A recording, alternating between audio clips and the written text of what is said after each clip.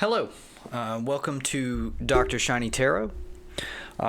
This is October the 31st. It is a full moon, a blue moon, which, if you don't know, is what you call the moon or what you call the full moon when there's a second full moon in a given month. Doesn't happen very often. It's where the term once in a blue moon comes from, right? Because it's a little bit rare. In some months, you can't have a blue moon, like February. It doesn't have enough days to have a blue moon, so you'll never see one in February, unfortunately. Poor February.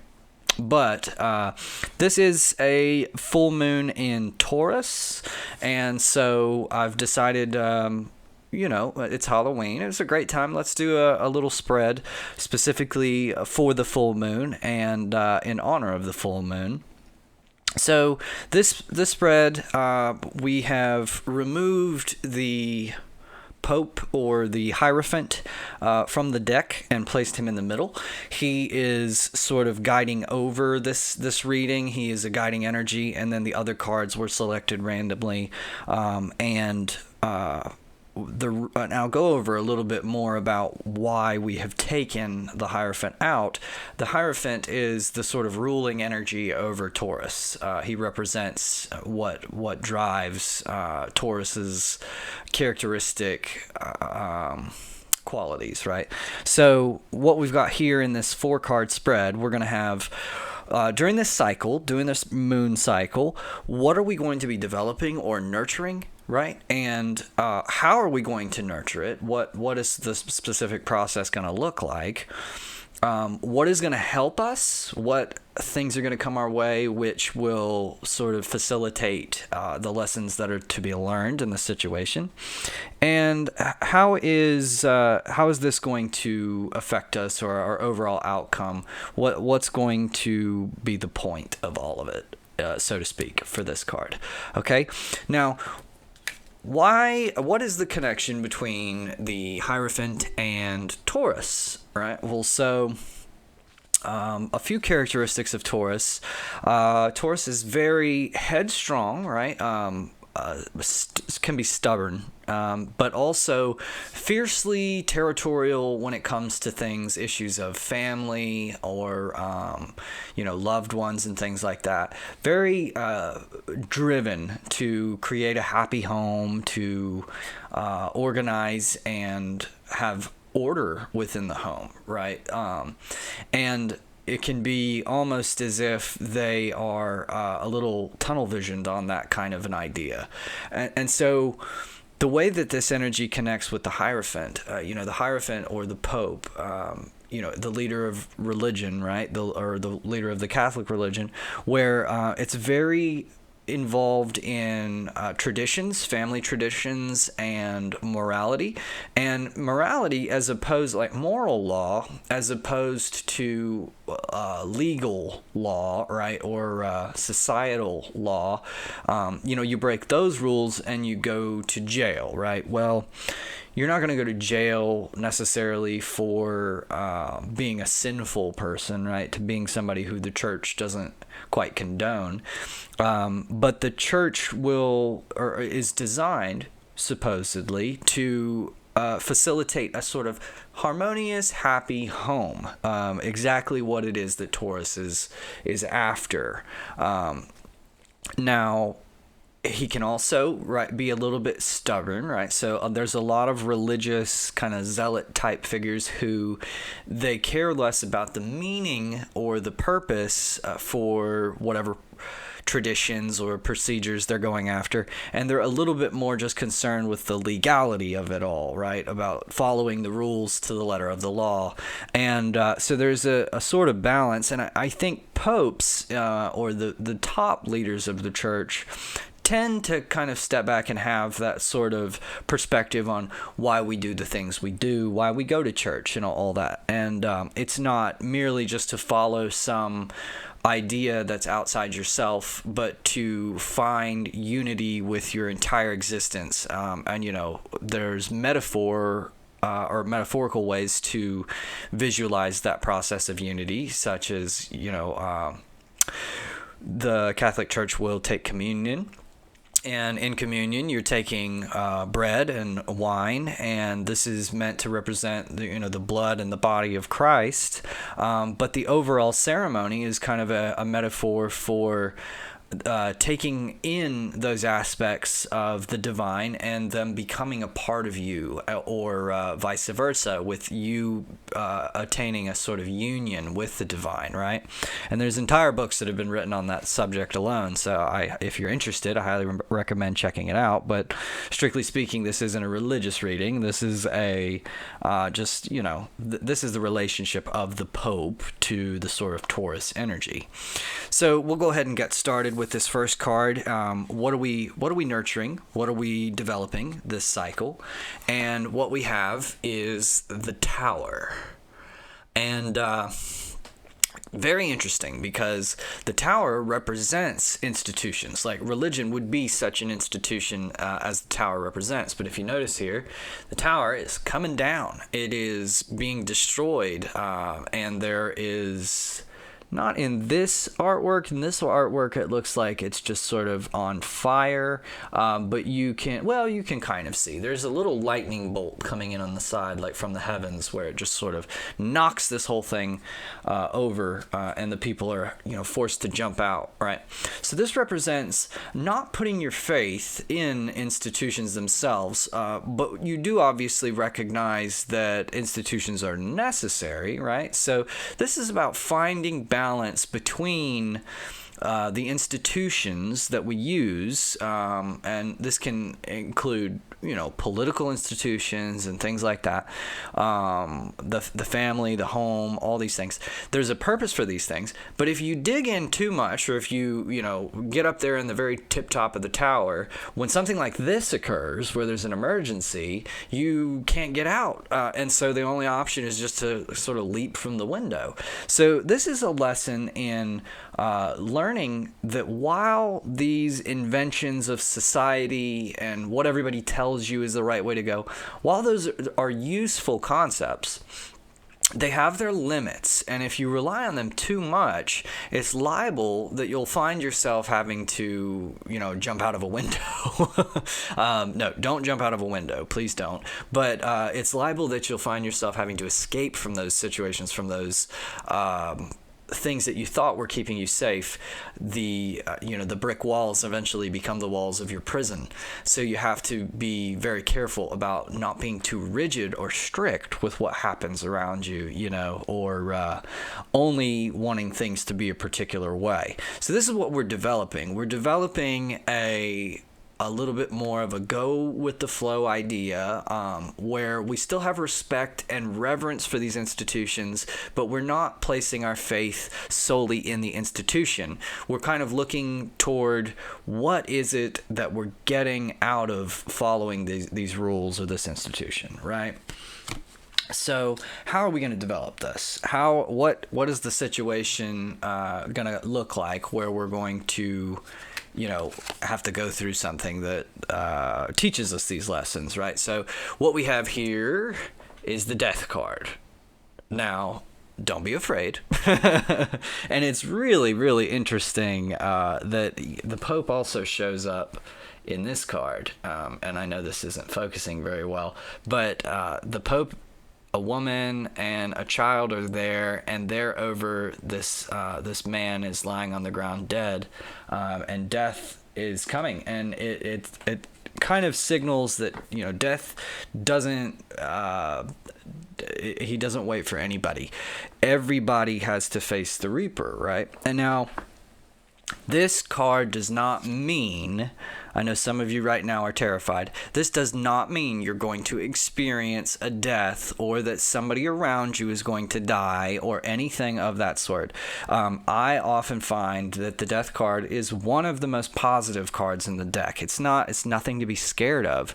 It's nothing to be afraid of as like a bad omen or something like that. In my experience, it's never been that. In my own personal readings, when I've gotten this card, I think, out of of the hundreds of times that the card has come up, only one time that I can really imagine did it really, indicate a negative thing. And in that situation, everything else was just being so obvious about it. There was only one interpretation that I could take from it. But the vast majority of the time, death does not refer to a physical death. So first of all, take a breath and relax, because that's not what this means. What this does mean is maybe an egoic death, right? More of a kind of so a way of looking at things is that anytime you have a certain idea about the way the world is, if you give up that idea, or in order to give up that idea, it's almost like the old you dies and a new you is sort of born from the ashes,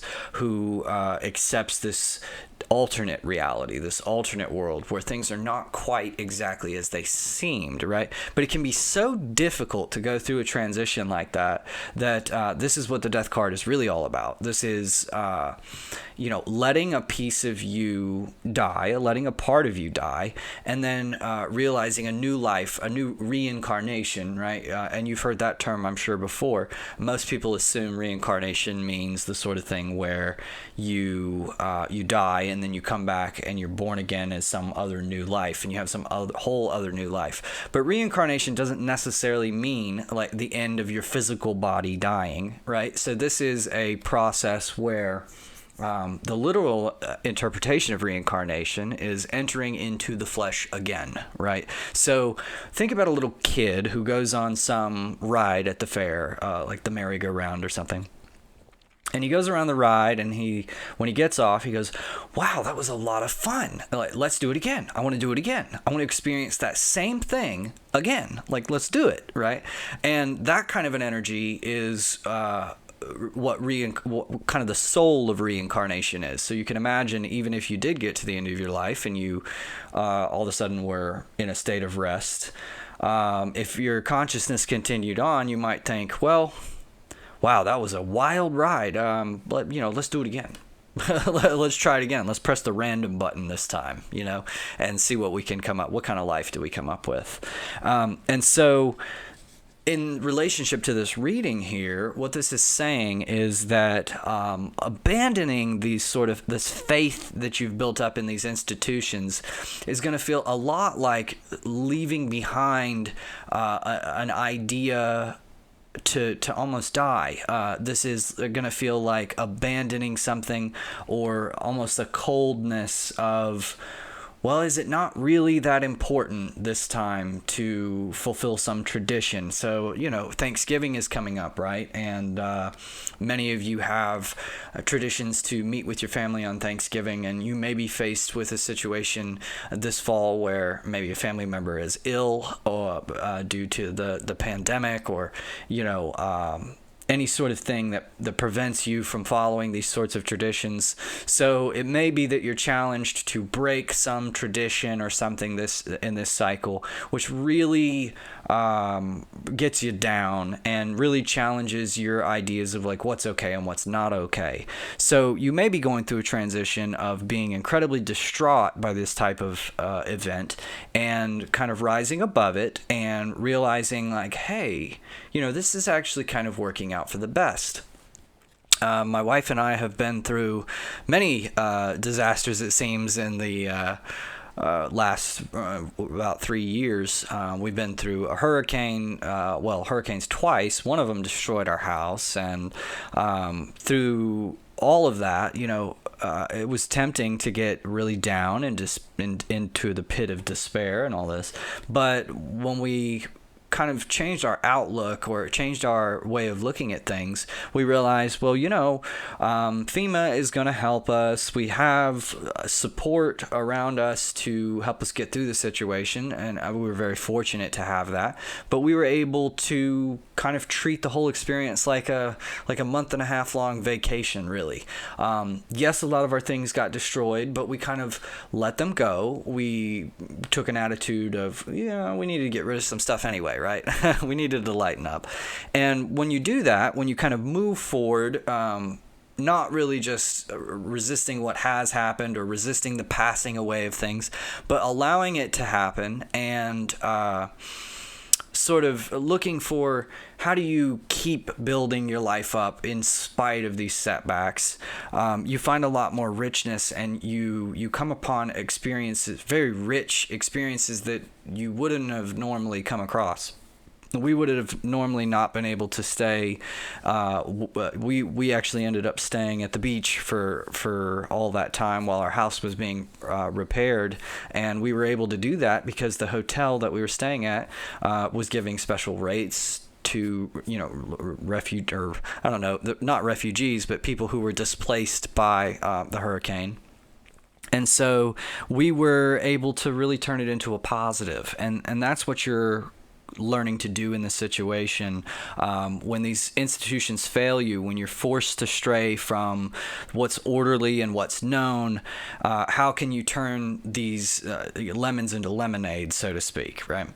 So what's going to help you in this situation? That was maybe a little grim. I don't think so, because the death card is one of my favorite cards. But what's going to help you is the Three of Wands. So, Three of Wands is you're about to take your kind of first initial step on a journey, but this is sort of a timing issue. It's very much concerned with time. I have another deck where there's just clocks all over this one. But in this case, you know, this guy, he has collected up all of his energy. He's ready to go. He's got everything he needs. And now he is setting out and taking a first step in his journey.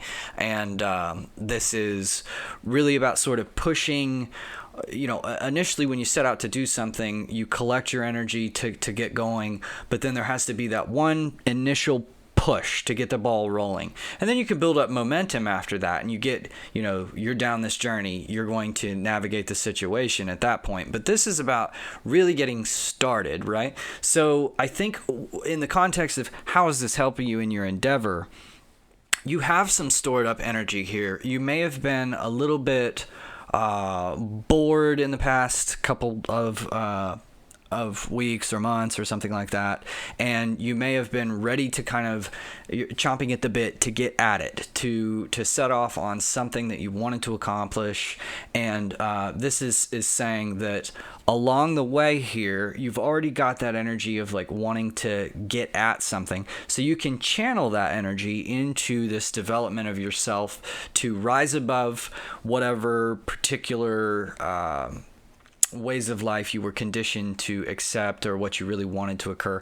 And now you're able to channel this into developing yourself. And you're, in a way, while this guy is facing outward, where he's like getting ready to go out on a journey, you're getting ready to go on a journey, but possibly a journey inward, right? So not necessarily a physical journey to go somewhere else. Maybe you are, and maybe that process, another way of looking at it, is that process of traveling is bound to in some way refresh your mind or give you a greater clarity about the situation, about what's going on.